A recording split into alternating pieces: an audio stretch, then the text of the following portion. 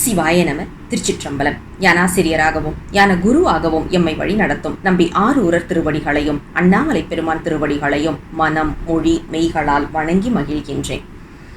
இன்றைய ஞான சிந்தனையில் சொக்கநாத வெண்பா என்ற அற்புதமான நூலில் இருந்து 4வது பாடலை சிந்திப்பதற்கு திருவருளும் குருவருளும் கூட்டியுள்ளது. 4வது பாடல்.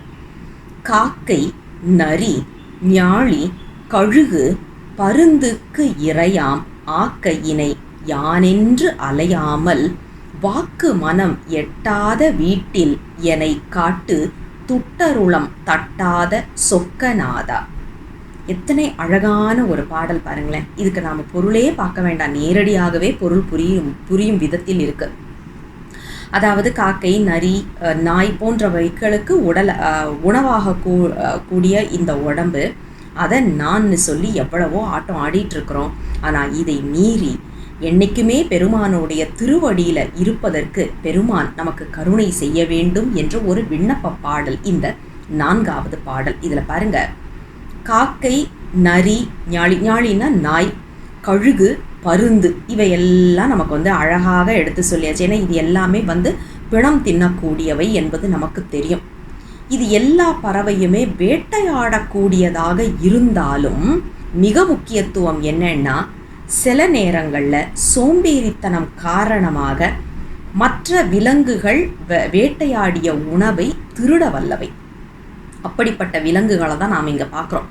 காக்கையாக இருந்தாலும் சரி, பருந்தாக இருந்தாலும் சரி, நாய் நரி போன்றவைகளெல்லாம் தானாக வேட்டையாடக்கூடிய அந்த தகுதிப்பாடு அதுங்களுக்கு இருந்தாலும் சோம்பேறித்தனம் காரணமாக திருட வல்லவை.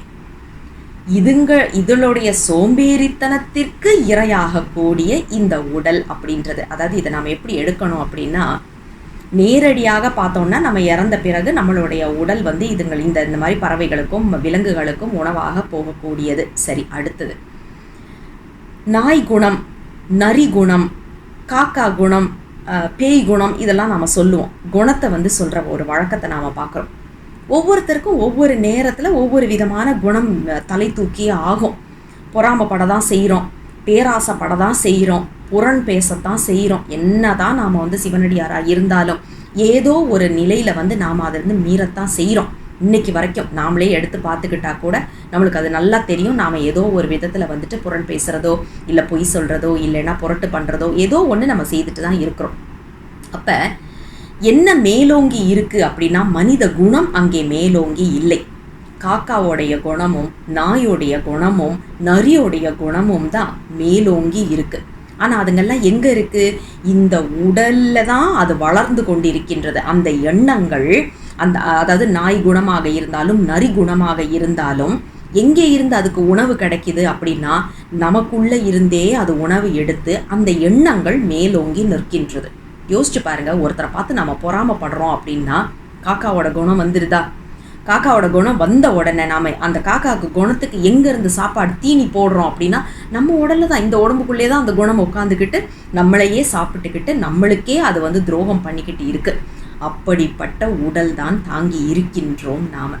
யோசிச்சு பார்த்தாக்க இந்த பறவைகளாக இருந்தாலும் சரி, இந்த விலங்குகளாக இருந்தாலும் சரி, அதை நாம் வெளியில் தேட வேண்டிய அவசியம் இல்லை. நமக்குள்ளால தேடணும்.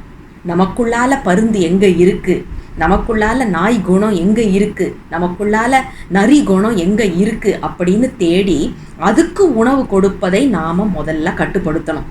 அதை எப்படி பண்ணுறது அப்படின்னா, பெருமான் இங்கே ரொம்ப அழகாக சொல்கிறார் பாருங்க. வாக்கு மனம் எட்டாத வீட்டில் நாம் இருந்தால்தான் இந்த மாதிரி குணங்களுக்கு நாம் தீனி போடாமல் இருக்க முடியும். வாக்கு மனம் எட்டாத வீடு, வாக்கு மனாதீதன் அப்படிங்கிற ஒரு சொல் நம்ம பெருமானுக்கே உரித்தானது. மனவாசகம் கடந்தார் பெருமானுக்கே உரித்தானது. நமக்கு உண்மை விளக்கம் அருளி செய்த மிகச்சிறந்த, அதாவது ஆரம்ப நூல் என்று சொல்லப்படுகின்ற மிகச்சிறந்த ஒரு நூல், அதை நமக்கு அருளி செய்தவர் யார் என்பது நமக்கு தெரியும். மனவாசகம் கடந்தார், அது பெருமானுடைய பெயர். அதுதான் வாக்கு மனாதீதன் என்று சொல்லுவது. வாக்கு மனாதீதனாக இருக்கக்கூடியவர் தான் நம்மை அந்த இடத்துல கொண்டு போய் வைக்க முடியும்.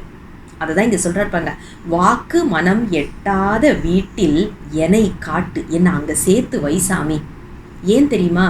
நீ துஷ்டர்கள் என்று சொல்லப்படுபவர்களுடைய எண்ணத்திலோ அவர்களுடைய வாழ்க்கையிலேயோ நீ ஒதுங்கியே இருக்கக்கூடியவன். அப்படிப்பட்ட சொக்கநாதன் நீ. எனக்கு இந்த வாக்கு மனம் எட்டாத நிலையில கொண்டு போய் என்னை வை. அப்போதுதான் நான் இந்த பிறவியையும் விட முடியும், என் மனத்திற்குள்ளால இருக்கக்கூடிய விலங்குகளில் இருந்தும் நான் வெளியில் வர முடியும் என்று மிக அழகான ஒரு பாடல். நாம் ஏற்கனவே சொன்ன மாதிரி இதை நம்மளுடைய நிலைப்பாட்டுக்காக நமக்காக கொடுத்த உபதேச பாடலாகத்தான் இந்த பாடல்களை நாம் எடுக்கணும். அப்போ இந்த மேலோட்டமாக பார்க்கும்போது இந்த உடல் என்பது மற்ற பறவைகளுக்கும் விலங்குகளுக்கும் உணவாக கூடியது. ஆனால் உள்ளே இருக்கிற குணத்துக்கு நாம தான் தீனி போடுறோம். எதன் மூலமாக தீனி போடுறோம்னா இந்த உடல். ஏன்னா அந்த நாய் குணம் வளர்றதுக்கு இடம் நம்ம இந்த உடம்பு தான். நரி குணம் வளர்றதுக்கு இடம் இந்த உடம்பு தான். அப்போ நாம் தீனி போட்டு வளர்க்கவும் செய்கின்றோம், நம்ம உடலையே தீனியாகவும் கொடுக்கின்றோம்.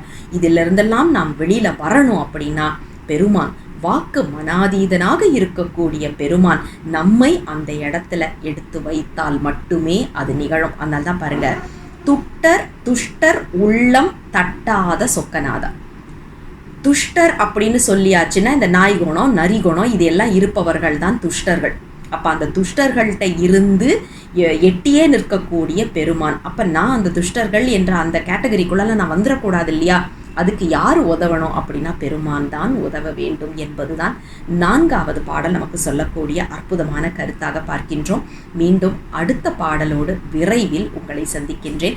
தென்னாடுடைய சிவனே போற்றி, எந்நாட்டவர்க்கும் இறைவா போற்றி, அண்ணாமலை மண்ணா போற்றி, கண்ணார உத கடலே போற்றி. சிவசிவ திருச்சிற்றம்பலம்.